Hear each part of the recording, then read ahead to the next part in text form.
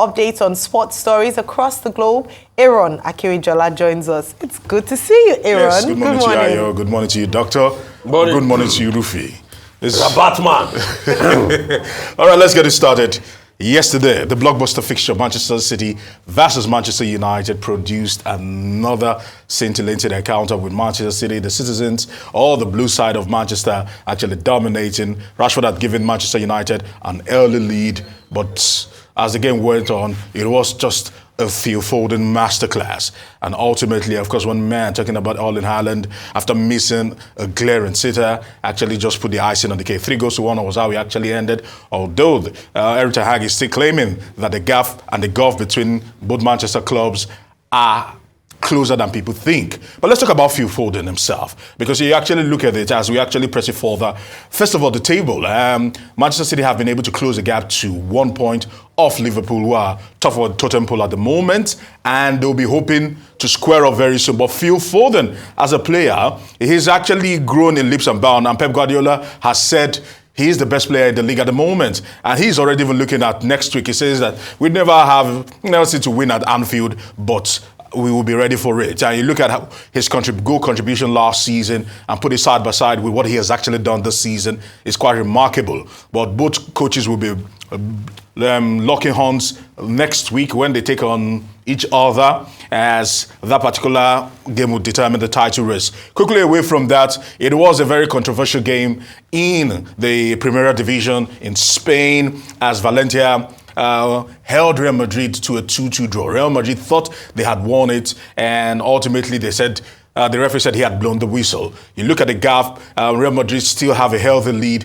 against Girona and floundering Barcelona, who also drew this weekend. But more importantly, their star boy, Jude Bellingham, was actually shown the red card because he went at the referee, and the referee said this was what he said to him, and he couldn't take that, of course, explicit words, and he was given his marching orders, even though the game was finished. Away from that, let's talk about Formula One. New season, same result. Let's put it that way. Max Verstappen at the moment still picking up from where he left off last season, and in the Bahrain Grand Prix, I must say this, although Verstappen led, it wasn't entirely convincing, but nevertheless, of course, Mercedes are still having overheating issues, and that saw the likes of George Russell finish 5th, Hamilton finishing 2nd. But the point is this, at the moment, what is dominating Formula One is the issues concerning Christian Horner. And they asked Verstappen after the race to probably try to defend Christian Horner, who has given Verstappen a chance to be so great in life, and he has tried to stay away from it. His father, Horst, on the other hand, has insisted Christian Horner has run his course. Those allegations should mean that he steps aside. We're still waiting to see how things actually play out. Away from that, one man, he call him the king, LeBron James, once again over the weekend against the Denver Nuggets, actually hit over 40,000 points. The first player in the history of the NBA, in the regular season, to hit over 40,000 points. He's actually averaging 26.5 points per season in the last 21 seasons. That is massive. And long may you reign, I must say. Okay, fine. As we actually try to wrap it up quickly, the talk about Jose Pizarro is still in the air. Of course, you had one man who had never shied away from saying what he feels about Jose Pizarro, talking about Shego Degbami. And Jose Pizarro is insisting that he has actually quit from the national team of the Super Eagles.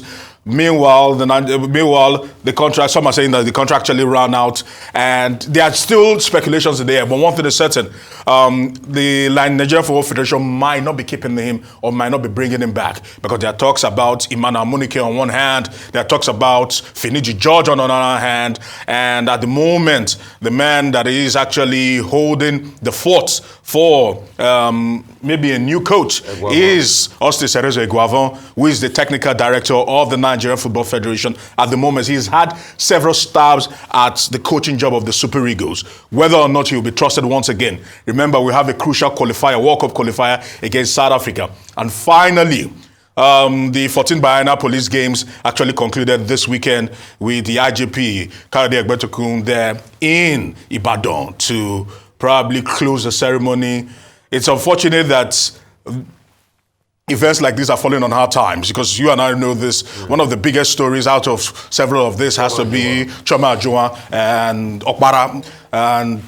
But at the moment, he actually commended the police guys for coming out, and police force headquarters, because 17 zones actually competed. Police force headquarters in Abuja were the ones that won the games. I think we should put more money into sports like this. Also, my heart bleeds so much because of Nuga too. Nuga had been, relegated to the background. It's not the Nuga that we used to know again. No. Forces like these paramilitary games, where we can get new talents, pretty much should also be the order of the day. Speaking about Formula One, I would like to see a Hamilton. Obviously, I'm excited he's leaving, he's going to Ferrari, but I would like to see an Hamilton in this Ferrari car, because I think there's a lot more Charles Leclerc could do with that car. I do not think that Verstappen is invincible. I think the problems with Mercedes, Toto Wolff have not been able to solve those problems. Hence, Hamilton leaving, it's about the car. And when you look at it critically, I don't think Verstappen is a great driver, but it's not that invincible that if you get other drivers in a very good car. I don't know. In a very good car. When Hamilton had his shot, they can give him a run when Hamilton had his shot, and the what do you call it, and the technology was right for him, Mercedes were dominating. Yeah, Mercedes were dominating, but I want to see Hamilton in that Ferrari car against Verstappen before I make my decision. Not too long. All right. Yeah, next year, right. Very quickly, I'll just ask. So, in terms of Pesaro, because we've had a conversation a number of times on the show, would he stay, would he not stay? A number of countries trying to attract him to come and coach them, I think including Algeria. Algeria, yes. Where do you think he would go? Do you have an idea in terms of his next stop? No, one thing is certain. His stock has risen heavily thanks to his performance at the Nations Cup. And he will not be short of good jobs on the continent of Africa. We hear that Algeria are actually asking for his hand, because the truth is this: if you want to get a good coach in Africa, it will not cost you less than 100,000. And Pesaro looks like he can actually probably downsize below that. And here you have it. Well, Aaron, there's a different opinion. There are many Nigerians who think that Jose Pesaro losing out on his contract and not being renewed is good riddance, and that he was overcompensated. That was what Chief Segun Odegbami was saying yesterday. Doctor, I don't think he was overcompensated. On this day live. I don't think so. No, I'm just reporting. Okay. What Chief Segun Odegbami said yesterday, that he got more than for whatever he achieved. Kudos must go to the president, because it is the prerogative of the president more than any other thing. I'm giving you a report. No, because it is unfortunate that people say that. The president has been magnanimous to these people. Okay. And you cannot shoot the man for that. Or you cannot fault him for that. I'm sure you watched the program. And so you know what Chief Segun Odegbami's position is. Yes. There is not only Chief Odegbami that holds that position. That, look, he was overcompensated and he should go.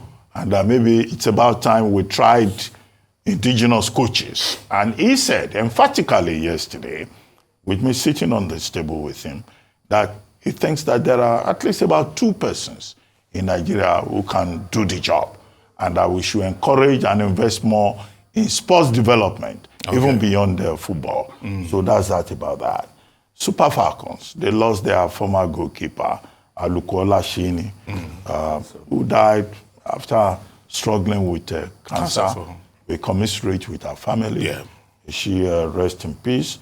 Bidemi Aluko Olashini worked with Rivers Angels, worked with Sunshine Queens, and then was with the Super Falcons, I think 2012? Yeah, they're about. 2013. Yeah, they're about. Man City, yes, they were able to beat Manchester United yesterday, 3-1. Yes. And they are just 1 point behind Liverpool. And Foden came through. Erling Haaland lost an opportunity. A great one. But he eventually made up for it. Yes, people are beating him for losing that opportunity, but I think it happens in football.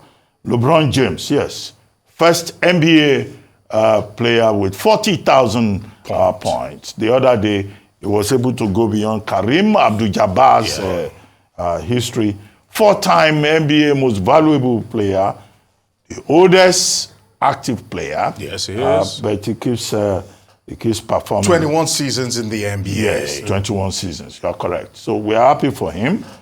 A hell of an accomplishment that he provided over the weekend in the Lakers versus Denver Nuggets. Denver. Although they did lose, He couldn't still help them, but Yes.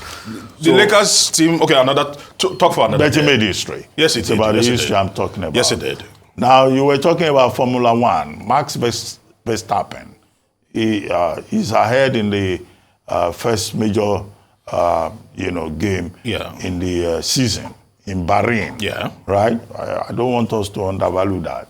I think that we may be surprised that Max Verstappen may still reign, for a very long time. No, let's see what happens in Saudi Arabia this week. Yes. Let's see what happens in Saudi Arabia. Let's see, but at least he has won Bahrain.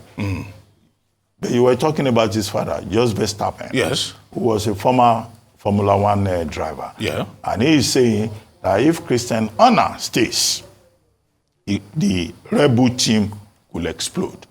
Because the Red Bull team, they exonerated him. Yeah. But then a series of text messages came out showing that, Christian Horner is not as innocent as the team was trying to project. And that it was sexting. That's what they call it.